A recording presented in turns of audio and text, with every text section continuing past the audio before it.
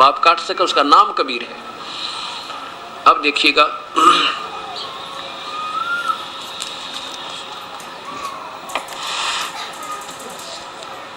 ये सत्यार्थ प्रकाश आदरणीय श्री महर्षि दयानंद जी स्वामी विरचित, श्री महर्षि दयानंद सरस्वती स्वामी विरचित। कहाँ से? वैदिक पुस्तकालय, दयानंद आश्रम, केसरगंज, अजमेर तक। यहाँ फिर देखिए इधर से सत्यार्थ प्रकाश है, महर्षि दयानंद सरस्वती स्वामी विरचित है, वैदिक पुस्तकालय, दयानंद आश्रम, केसरगंज, अजमेर तक। अब इसके 9वें समोल्लास में किसी ने प्रश्न किया, 190 पृष्ठ पे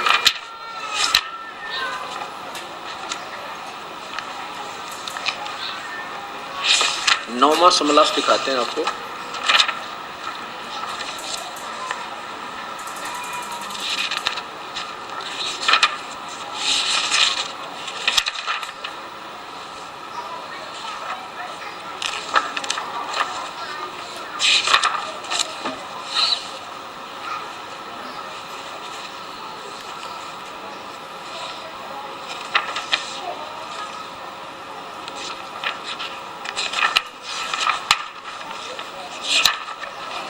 इसके 200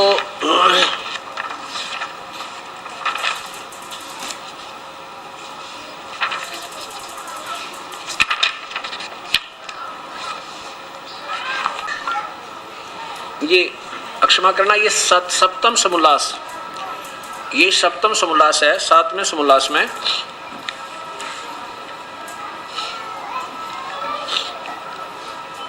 और प्रश्न नंबर 190 पे नीचे देखिए, इसमें लिखा कि ईश्वर साकार हवा निराकार। उत्तर महर्षि देते हैं निराकार है। अच्छा, 190 पे और 191 पे देखिएगा।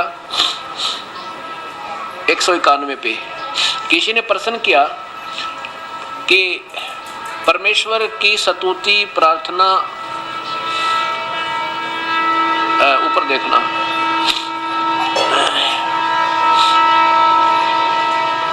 परमेश्वर क्या चाहता है? परमेश्वर की स्तुति प्रार्थना उपासना करनी चाहिए व नहीं? उत्तर महर्षि जी का करनी चाहिए। स्तुति प्रार्थना और उपासना करनी चाहिए व नहीं? किसी ने प्रश्न किया महर्षि जी से, महर्षि जी उत्तर दे रहे हैं करनी चाहिए। प्रश्न करने वाला कहता है क्या स्तुति करने से ईश्वर अपना नियम छोड़कर स्तुति प्रार्थना करने वाले के पाप छुड़वा देगा? उत्तर महर्षि जी का नहीं। तो प्रश्न करने वाला कहता है फिर तो स्तुति प्रार्थना क्यों करें? उत्तर दिया महर्षि जी ने, उनके करने का फल और है। क्या फल है? देखो, स्तुति से ईश्वर में प्रीति, उसके गुण कर्म स्वभाव से अपने गुण कर्म स्वभाव का सुधरना, प्रार्थना से निर्भीमानता और उत्साह और साहस का मिलना, और उपासना से परब्रह्म से मेल। एक तरफ तो निराकार, यहाँ देखो फिर इसी साइड में, इसी के सामने बिल्कुल इसी पृष्ठ पर दूसरा बिना है। पर ईश्वर साकार है व निराकार, महर्षि कहते हैं निराकार, और यहाँ कहते हैं परब्रह्म से मेल, उसकी उपासना से परब्रह्म से मेल और उसका साक्षात्कार होना। हे भगवान, साक्षात्कार तो आमने सामने बात करनी, आम्या सामी, बिल्कुल एज इट इज देखना। और ये कहता है, इधर तो निराकार लिख रहे हैं, यहाँ कह रहे हैं उसका साक्षात होना और परब्रह्म से मेल। ब्रह्म की महिमा गा रहे हैं, परब्रह्म से मेल। मेल तो इसका मतलब उसको दर्शन करेंगे, देखेंगे, बैठ कर उसे बतलावेंगे, तो मेल और साक्षात्कार होना। और यहाँ कहते हैं कि पाप नहीं कटते, पाप नहीं छुड़वा देगा कि नहीं। अब आपको 25 प्रमाण देता हूँ। वेद में लिखा है कि परमात्मा पाप काट सकता है, इन्हीं के कर कमलों द्वारा लिखा हुआ। पहले यजुर्वेद को लेते हैं, इन्हीं महापुरुष के हाथ से उनका अनुवाद है। ये यजुर्वेद महर्षि दयानंद जी द्वारा ही पूरा अनुवाद है इसका। और ये कहाँ से प्रकाशित है?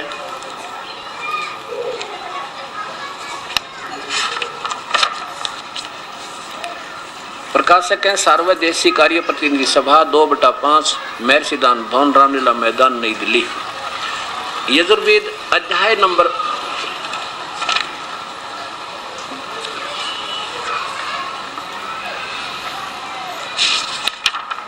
आपको दिखाते हैं। अध्याय नंबर यजुर्वेद अध्याय नंबर 8 का मंत्र नंबर 13।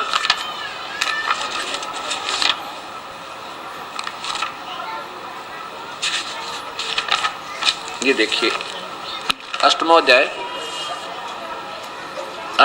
का नीचे ही देखिए ये 13 नंबर मंत्र है। ये 13 नंबर मंत्र, इसका इन्होंने यहां अनुवाद किया है हिंदी में। हे सब के उपकार करने वाले मित्र या भगवान है मित्र, आप दान देने वाले के एनस देखो, एनस माने पाप होते हैं, अपराध पाप, अपराध के विनाश करने वाले हो।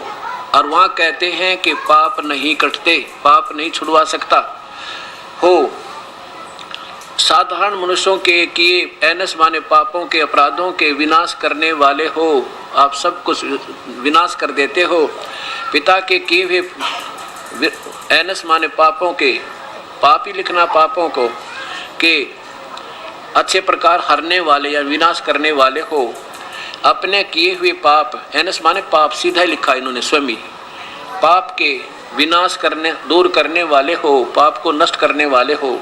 अधर्म के अधर्म से एनस एनस एनस एनस करता तो जो गणे तो गणे कति कितने पाप क्यों ना हो, सब पापों के पाप घोर पापों को भी आप विनाश करने वाले हो, दूर करने वाले हो। एनस अधर्म के अधर्म यानी निरे तो निरे पाप हो, निरे पाप को भी नाश करने हारे हो। नवजात हुआ जानता हुआ मैं जो कुछ भी धर्माचरण किया करता हूँ वह करूँ, अनजान मैं जो कुछ भी किया करता हूँ करूँ, उस सब को एनस माने पाप के दूर करने वाले आप हैं। एनस माने पाप होता, सीधी सी बात है। और उधर लिखते हैं सत्यार प्रकाश में कि पाप नहीं काट सकते, समाप्त नहीं कर सकते, नहीं छुड़वा सकते। अब देखो नेक्स्ट,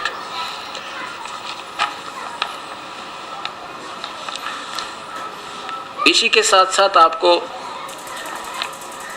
ये वेद मूर्ति तपोनिष्ठ, अब जहां तक इन महापुरुषों ने ऐसे श्लोक आए वो तो सही कर दिया अर्थ, और जहां पर आए परमात्मा साकार, इन दोनों के दृष्टिकोण यही रहा कि वो निराकार, इसलिए इनको सबको घुमा घुमू के और उसका काफी काम खराब कर दिया। अब देखो यहाँ ठीक लिखा है इसने भी, श्री वेद मूर्ति श्री राम शर्मा आचार्य, इसने भी इसी 8वें अध्याय के और 13वें श्लोक का बिल्कुल ऐसा ही सरलाप किया है।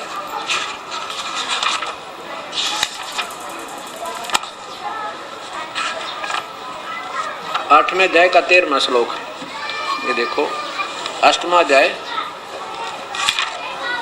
अध्याय यजुर्वेद, और यहां देखिएगा ये वो 13वां श्लोक है। ये तो इसके आपने करते हुए, आप देवताओं के प्रति यज्ञ उपेक्षा कारण हुए पापों को दूर करने वाले हैं, मनुष्यों के प्रति साद्वेष निंदा पाप हुए पापों को दूर करने वाले हो। पितृजनों के, ये तो अपनी तरफ से सरासर लिख दिया, हमारे पापों का नाश करने वाले हो, पापों से मुक्त करने। एनएस वाले ने सब जगह पाप लिखा है, पाप या अपराध एक चीज है। पापों के मुक्त करने वाले हो, प्रथम अपराध था दूसरे अपराध जन्य पापों का निवारण करने वाले हो, अतः आप हमें पापों से मुक्त करें।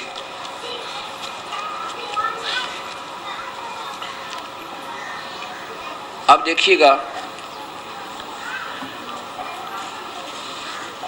इसी के 16 नंबर श्लोक में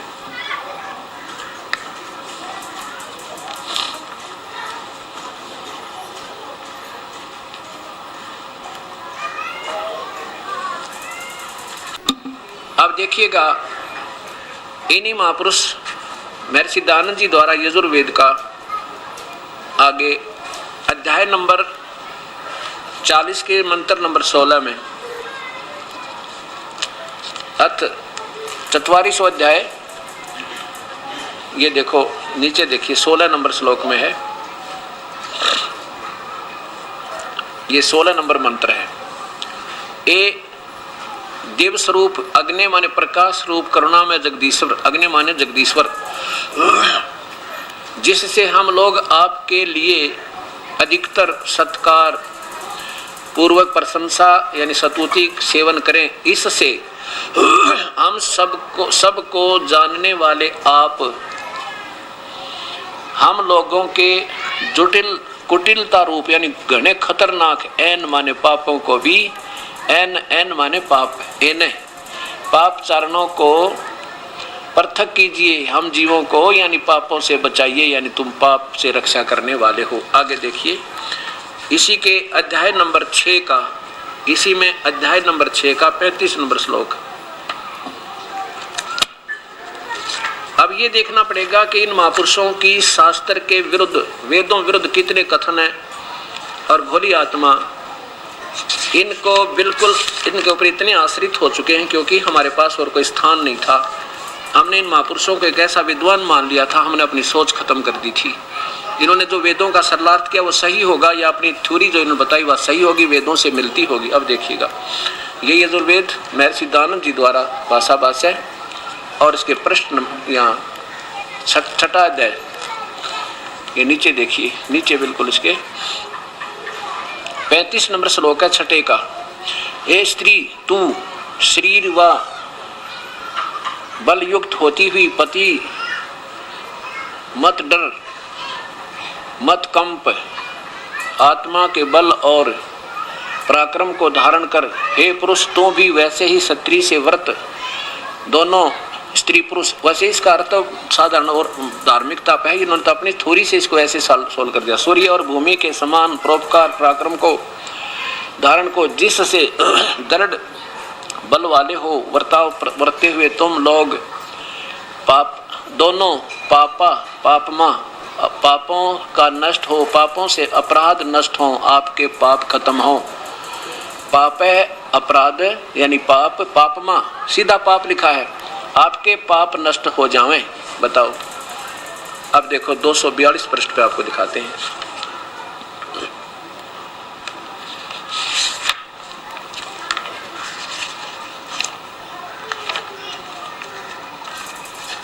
ये आपने पढ़ लिया 220। अब देखिएगा इसके साथ साथ इन्हीं के करकमलों द्वारा ऋग्वेद मंडल नंबर 1 और इसके महर्षि दानव जी द्वारा ये प्रथम मंडल यानी ऋग्वेद भी आधा उन्हीं के द्वारा टीका है, यानी अनुवाद है, भाषा भाष्य है। और ये ऋग्वेद कहाँ से प्रकाशित है? प्रकाशक हैं सार्वदेशिक आर्य प्रतिनिधि सभा, ये 3/5 महर्षि दानव भवन, रामलीला मैदान, नई दिल्ली। अब इसमें आप देखिएगा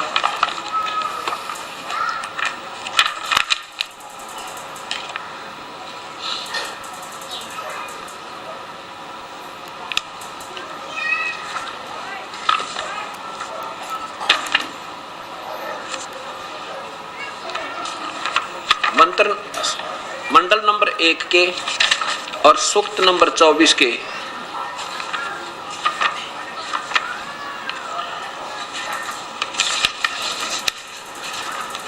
मंत्र नंबर 13, 14 और 15 में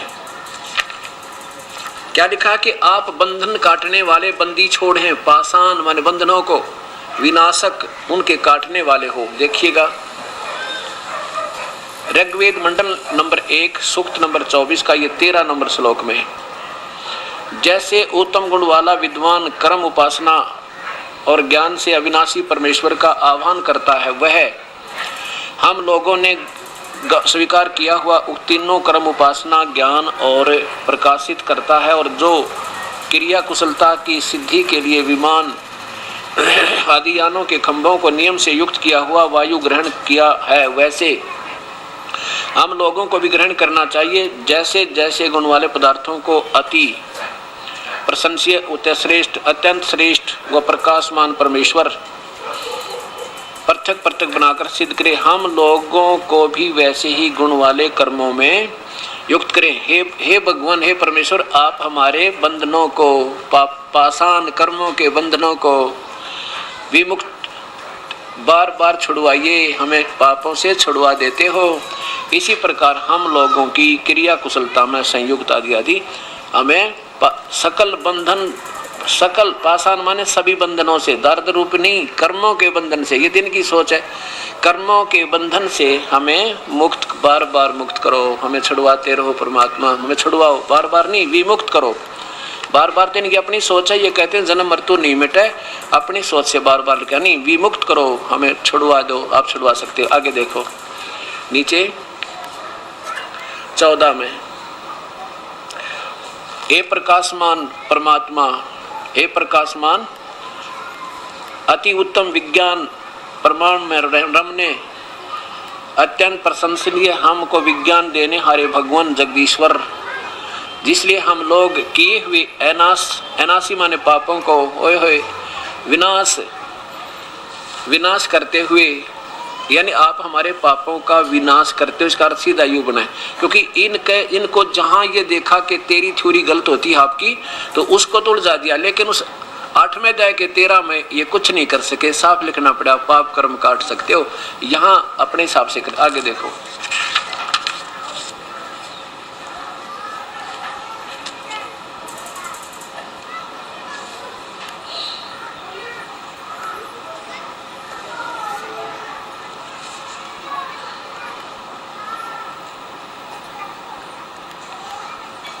ये देखो, फिर 15 में लगातार यही 13, 14, 15 में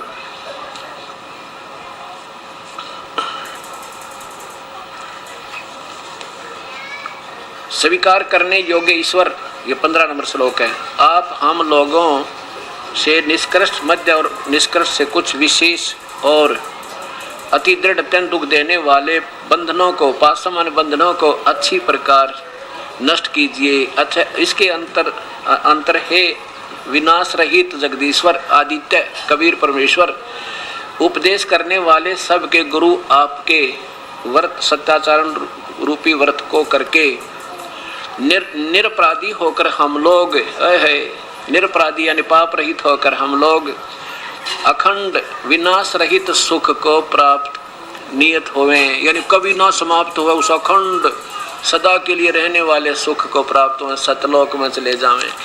अब ये वो, अब देखिएगा इसके साथ साथ ऋग्वेद मंडल नंबर 9 और 10, इन्हीं के कर कमलों द्वारा, और आर्य समाज को ये मान्य है, जो इस जो टीका किया बिल्कुल सही है। इसमें देखिएगा कहाँ कहाँ और किन किन प्रश्नों पर लिखा है आप पाप काट देते हो।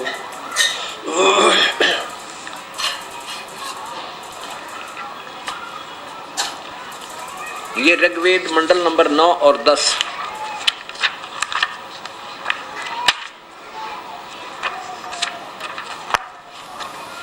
महर्षि दानव सरस्वती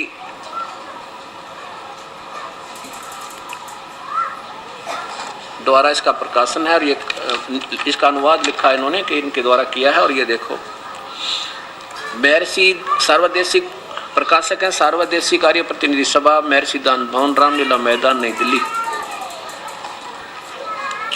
इसके देखिएगा ऋग्वेद मंडल नंबर 9 सूक्त नंबर 42 के प्रथम ही सूक्त में, प्रथम ही मंत्र में लिखा है, हरि माने पापों को हरने वाले आप वह परमात्मा। और तेरे आगे देखो,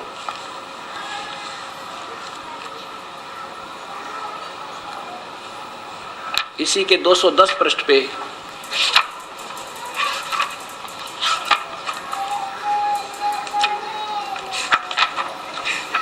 ये देखिएगा, ऋग्वेद मंडल नंबर 9 का 66 और इसका 25 नंबर में लिखा कि हरे पापों के हरण करने वाले है, पवित्र अज्ञान रूप नाम करने वाले तथा हरे माने पापों के हरण करने वाले आप जगदीश्वर। आगे देखो, इसी के 234 पृष्ठ पे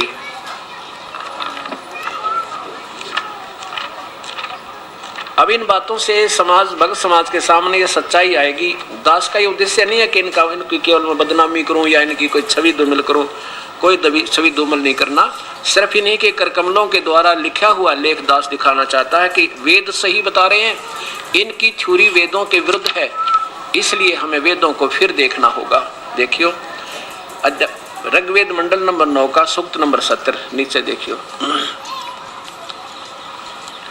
यहां देखो,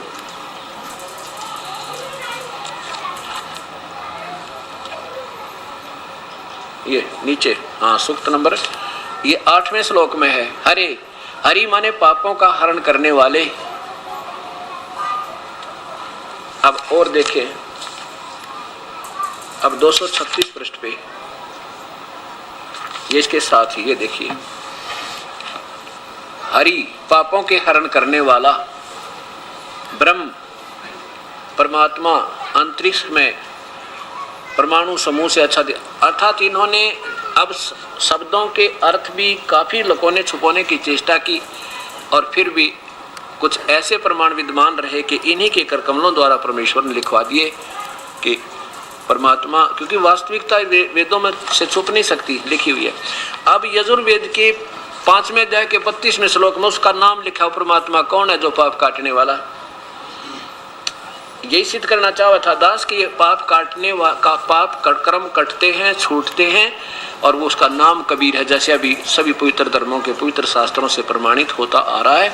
अब देखिए कि यजुर्वेद अध्याय नंबर 5 का श्लोक नंबर 32 महर्षि दाना सरस्वती द्वारा ही इसका अनुवाद है, और 5 के 32 में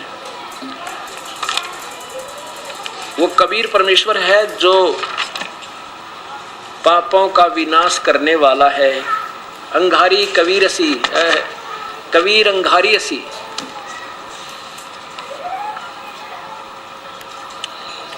यजुर्वेद भाषा भाषे 5वां अध्याय मंत्र नंबर 32 श्लोक नंबर 32 में लिखा है, उसी गसी कबीर अंगारी असी। वो कबीर परमेश्वर है जो पाप विनाशक है। ये भी निचोड़ कर दिया कि उसका नाम कबीर है, और वो कहाँ रहता है, वो सतलोक में रहता है, और वो बंदी छोड़ है, पाषाण माने बंधनों से विमुक्त करने वाला, समाप्त करने वाला, बंबारी माने बंधनों का शत्रु, वो कबीर है। कबीर यहाँ देखिएगा, हे जगदीश्वर जिस कारण आप उसी कांतिमान असी माने हैं। अंगारी माने पापों के शत्रु, ये वैसे पाप विनाशक, जैसे अरि माने शत्रु, मुरारी, श्री कृष्ण जी को मुरारी कहते हैं, मुरा नाम के राक्षस को मारने का शत्रु होने से विनाश करने के कारण मुरारी कहा गया। ऐसे अंगारी माने पाप कर्मों का दुश्मन, पाप कर्मों का समाप्त करने वाले। यहाँ कबीर लिखना था, कबीर, आप कबीर हैं, आपका नाम कबीर है। जैसे यजु कहीं लिखा हो तो जैसे यजुर्वेद है, ये देखिए इस यजुर्वेद को की महिमा गाई जावे, और जहां पर लिखा हो कि ये गुण जो बताए जा रहे हैं ये यजुर्वेद में है, और जहां पर यजुर्वेद लिखा उसका कोई संधि छेद कर दे, फिर इस पवित्र पुस्तक ने कैसे ढूंढा प्राणी, अर्थात कभी नहीं हाथ लगे। तो इसका लिखना था वो यजुर्वेद है जिसकी महिमा गाई जा रही। इसी प्रकार आपको दिखाते हैं, जैसे आपको मिलेगा ये परिभाषा प्रभु की। इस पुस्तक को आप एक बार ले लोगे तो आपको किसी शास्त्र की शायद परचेज खरीदने की आवश्यकता पड़े। इसमें देखिएगा, अब ये यजुर्वेद है और किसी ने महिमा गाई हो, जैसे कि एक पवित्र पुस्तक है, उसमें ऐसे बड़े अच्छे ये।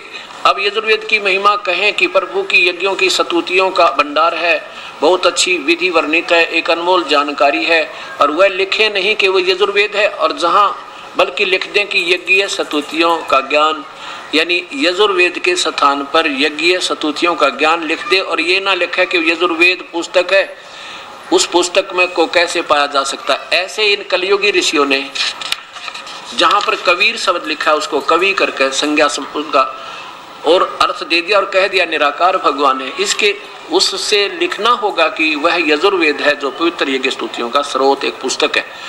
अब यजुर्वेद की संधि छेद करके हम ऐसे लिख दें तो कोई दिक्कत नहीं, ये व्याकरण तो इनकी अपनी बनाई हुई है और वेद भगवान के बोले हुए हैं। वेदों में जो लिखा रह लगा है तो कोई सोच समझ कर लाया, उसने कोई अनजान नहीं था भगवान। इन्होंने अपने हिसाब से बना लिया कि रह हटा कर अपसर्ग लाकर कवि लिख दो, उसको यजु लिख दे। इसको यजु लिख दो ना, फिर इसको यजुर्वेद क्यों लिखते हो? जहाँ पर यजु आता है कि वो यजु है तो यजुर्वेद लिखते हैं। ऐसे जहाँ कवि भी आएगा, कबीर भी आएगा तो भी इसको उस कबीर ही लिखना पड़ेगा। यहाँ देखिए, इसको ऐसे लिखेंगे तो भी इस पवित्र पुस्तक यजुर्वेद का ही बोध है, जिसमें यज्ञ श्रुतियों की ऋचाएं हैं। उस धार्मिक पुस्तक को यजुर्वेद कहते हैं। ठीक इसी प्रकार चारों वेदों में लिखा है कि वह कबीर देव, कबीर साहेब है जो सर्वशक्तिमान, जगत पिता, सर्वसृष्टि रचनहार, कुल मालिक तथा पाप कर्म काटने वाला, काल की कारागार से छुटवाने वाला अर्थात बंदी छोड़ है। उसको ऐसे लिख दें तो भी कोई दिक्कत नहीं, कबीर देव लिखें तो भी कबीर परमेश्वर का बोध है, ऐसे लिख देंगे तो भी कबीर परमेश्वर का बोध है।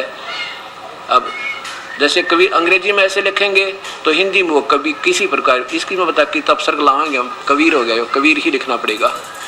तो ऐसे ये भाषा अब भ्रंश होता होता भी कबीर पक गया, और ऐसे ही अरबी में भी कबीर लिखा जाने लगा, और आम भाषा में भी इसको कबीर लिखने लगे, और परमात्मा भी अपने आप को कबीर कहने लगा कि कबीर से जानते हैं, कबीर से ही, लेकिन वास्तव में वो कबीर देव है। ये भाषा का अंतर है, बाकी कबीर कहो चाहे कबीर कहो कोई दिक्कत नहीं, वस्तु वही है। हम वेद कहें चाहे वेद कहें, वेद और वेद एक का बात है। अब ये सिद्ध हो गया कि वो परमात्मा कौन है, वो कबीर है। अब देखियो फिर यजुर्वेद 5वें अध्याय का 32वां श्लोक, इन्होंने कवि लिख दिया, उसका कबीर काट के कांत परजय अर्थ कर दिया, उसका कांत परजय अर्थ कर दिया।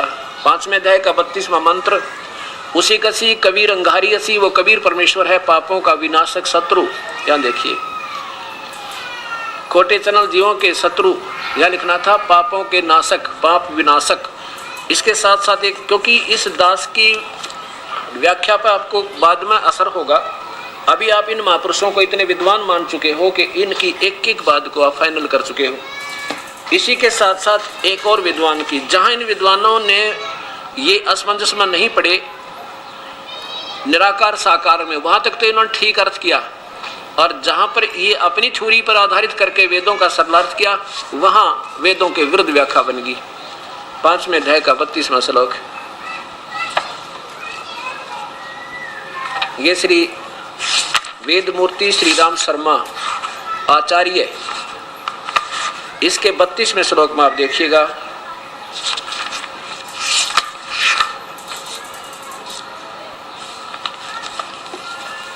ये ऊपर देखिए, यजुर्वेद अध्याय नंबर, यजुर्वेद संहिता और 5वां अध्याय और 32वां मंत्र, इधर देखें, ये वो 32वां मंत्र है। उसी गसी कबीर अंगारी असी, बम्भारी अवे सुरसी। क्या बताया है? ये पौत्र धिये। अब इन अपनी समझ में जिन्होंने रामायण का ना बेरा, रामायण के सरलार्थ के करेगा, लेकिन अर्थों का शब्दार्थ इन्होंने ठीक कर दिया। जैसे आप कामना के योग्य नूतन रचाओं के का दर्शन कराने वाले हैं, हे निष्ठ धिय आप तेरे की पाप नाशक। अंगारी का अर्थ इन्होंने पाप नाशक और पोषण करता है, इन्होंने ये ठीक किया, पाप नाशक। अब इसी को मैं सिद्ध करना चाहता था कि अंगारी माने पापों का विनाश करने वाले, पाप नाशक। और इसमें ये स्वयं, इसमें सीधा लिखा अंग माने पाप, अरि माने शत्रु, पापों का विनाश करने वाले आप। कबीर अंगारी असी, नीचे देखिए वही प्रसन्न है, 5वें अध्याय का 32वां श्लोक यजुर्वेद का। उसी कसी कबीर अंगारी असी, हे जगदीश्वर जिस कारण आप उसी कसी कांतिमान हैं। अंगारी माने यहाँ शत्रु, पाप विनाशक हैं। आप कौन है? पाप विनाशक आप कबीर हैं। कबीर असी, वो कबीर है, बस ये लिख देना था, दूसरी बात तो नहीं। वो कबीर परमेश्वर है, वो कबीर देव है। जैसे यजुर्वेद की महिमा हो तो यहाँ लिखना पड़ता, वो यजुर्वेद है जिसमें ये गुण गाए जाते हैं, जिसकी में ये गुण है, जिसकी महिमा गाई जा रही है। आगे देखिए, बम्बारी माने बंधनों के शत्रु, यानी पाषाण विमुक्त, पाषाण बंधनों से छुड़वाने वाले, काल कर्म के बंधन से समाप्त करने वाले, काल की कारागार से छुटवाने वाले। हम उसे बंदी छोड़ कहते हैं, जो बंधन से छुड़वा दे, काल की कैदतें काट दे। आगे देखो, ये कहाँ रहता है? रत धामा, सतलोक युक्त है, सतलोक में रहता है वो परमेश्वर, सतलोक में रहता है। रत धामा, सतधाम कहो, सतलोक कहो, सचखंड कहो, वो परमात्मा सतलोक में रहता है। और वो सवर ज्योति है, स्वयं प्रकाश है उसका, उसको शरीर तो प्रकाश निकल रहा है, वो परमात्मा कबीर है।